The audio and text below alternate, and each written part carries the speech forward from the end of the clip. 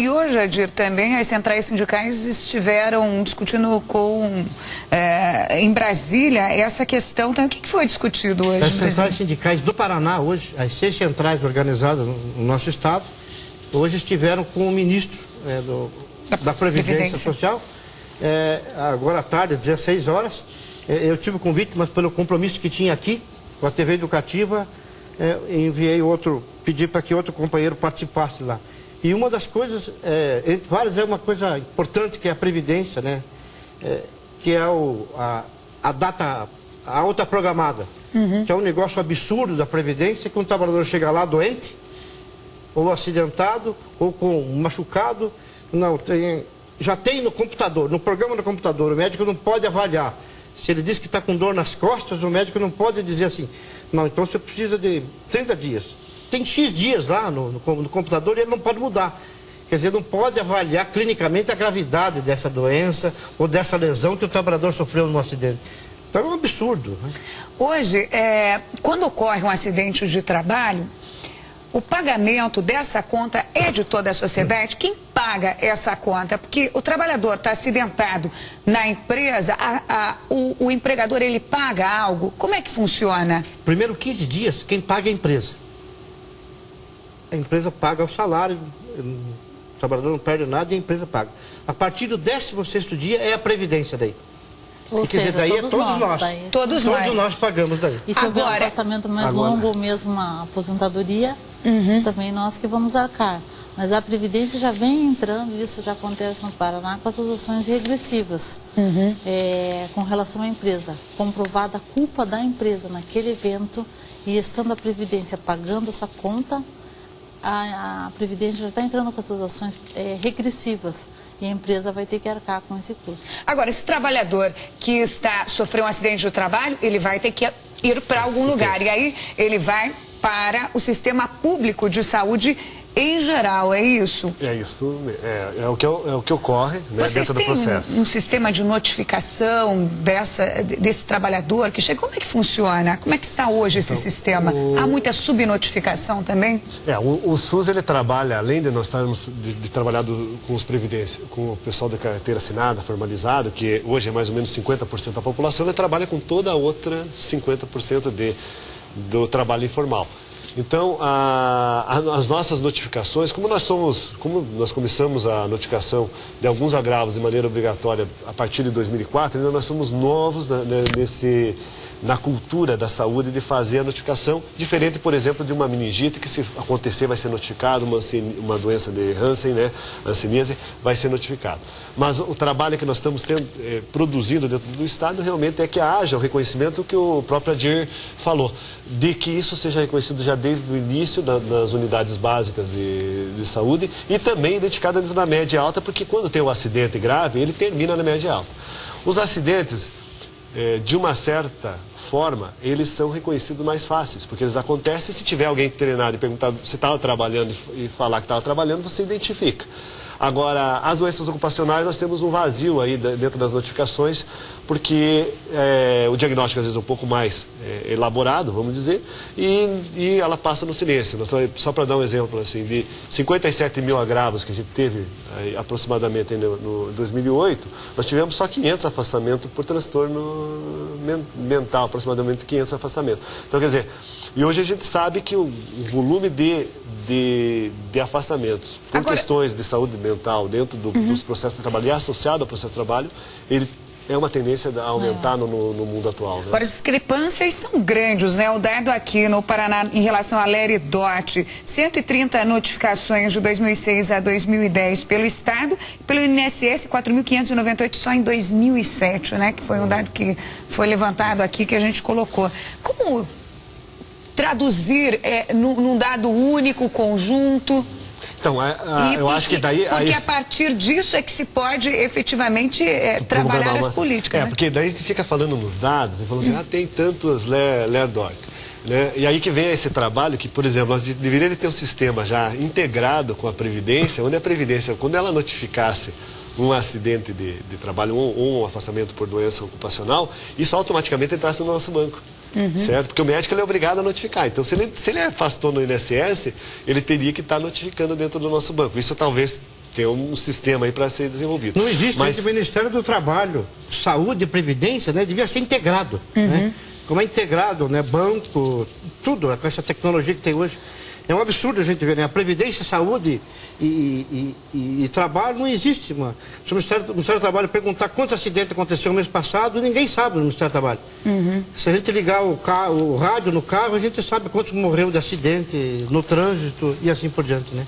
Então falta isso ainda, para ter um diagnóstico, para ter o que fazer, tem que ter um diagnóstico do que está acontecendo, onde está acontecendo mais acidentes. Mas só para complementar, porque o objetivo principal realmente, porque as doenças ocupacionais e mesmo os acidentes são todos preveníveis.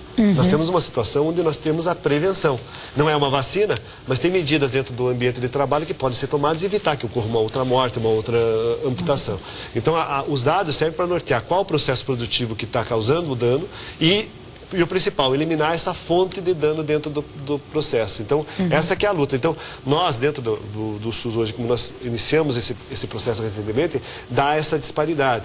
Mas, por exemplo, em acidentes, por exemplo, na área da saúde com agulha, por exemplo, ele já se aproxima dos dados, de repente, do INSS, porque é um acidente que ocorre dentro da saúde e a subnotificação é menor. Olha, como o horário eleitoral gratuito está em vigor, nosso programa é mais curto. Então, nós já teremos este bloco neste programa. Por isso, a gente já começa a responder ao seu questionamento, telespectador. Se você, então, quiser ligar para a gente, fica à vontade. O nosso telefone é o 0800 643 7555. Pode escrever também para mundodotrabalho@rtve.br.gov.br. O Marcos, eu não vou falar em cidade que você mora, tá? Porque você está fazendo aqui uma colocação.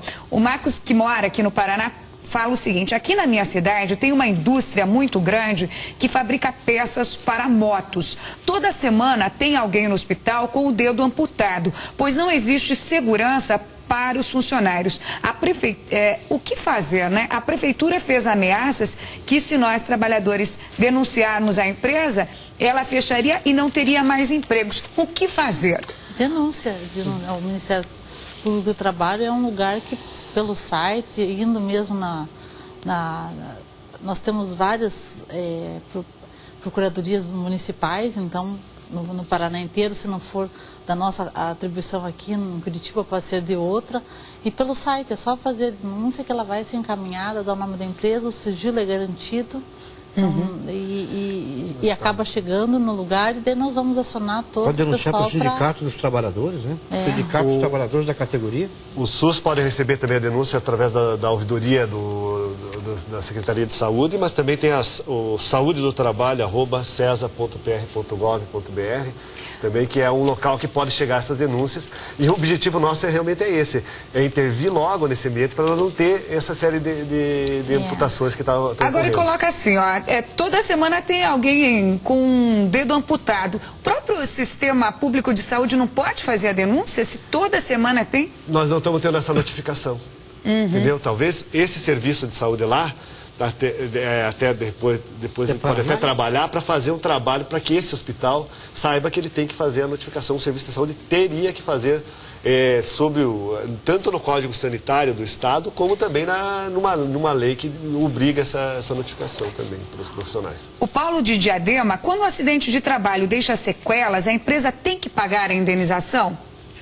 Só se entrar com uma ação na tem justiça. Que entrar e vai depender do tipo de sequela, mas deixando sequela, via de regra, sim. Há um direito à indenização, sim. Vai ser analisado não vai em lá cada... pagar, não. Sofreu um acidente, a empresa, quanto é que foi, vamos pagar. Isso não existe, né? Vai receber da Previdência, o tempo que ele ficar afastado, mas se ele quiser se ressarcir, tem que entrar com uma ação na Justiça do Trabalho.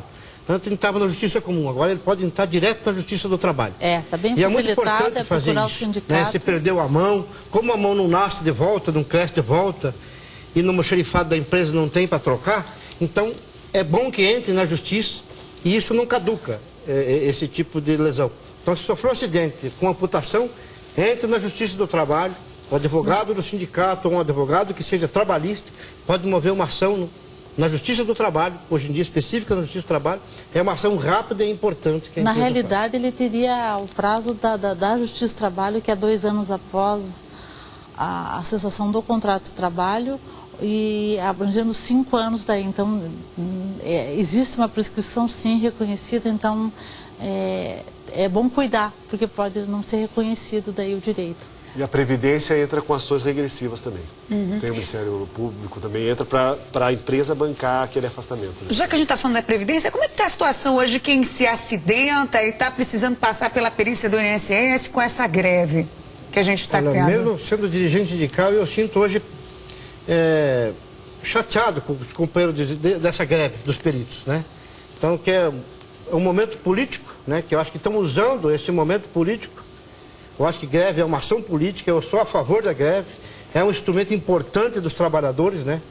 É mais importante que tem, sagrado do trabalhador, a greve. Mas é uma greve que eu tenho chamado de greve burra, né? Porque coloca toda a população contra o sindicato, contra os trabalhadores, né? Não a favor.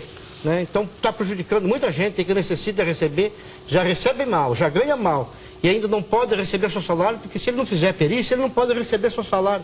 Então, e doente e afastado ainda. Então acho que é uma greve que poderia se repensar, né? E a falta do governo não negociar. Quer dizer, tem muita gente do governo não negociar, que está doente, não tem condição de fazer a perícia, está sem receber, não tem condição de trabalhar, não tem condição de fazer a perícia, está sem sem salário ainda, né? Sem salário. Não recebe nem de um lado nem do outro. E aí como é que faz esse trabalhador? Tem que ficar esperando? Que medidas tomar? Eu acho que o próprio governo teria que tomar medidas para se exigir um atendimento mínimo, como faz em qualquer outra categoria de trabalhadores. As exigências que faz de 40%, né? Deixar algum funcionamento para os casos urgentes e mais graves, como aqueles que realmente não estão recebendo de lugar nenhum. Bom, olha, hoje o nosso programa é extremamente curto, por isso quero agradecer então a presença dos nossos convidados que estiveram falando sobre a saúde do trabalhador. Vamos ter que propor um novo programa para enfrentar melhor outras temáticas relacionadas à questão. Quero agradecer o seu carinho, a sua audiência. Esse programa pode ser revisto no www.rtve.pr.gov.br. Até a próxima edição.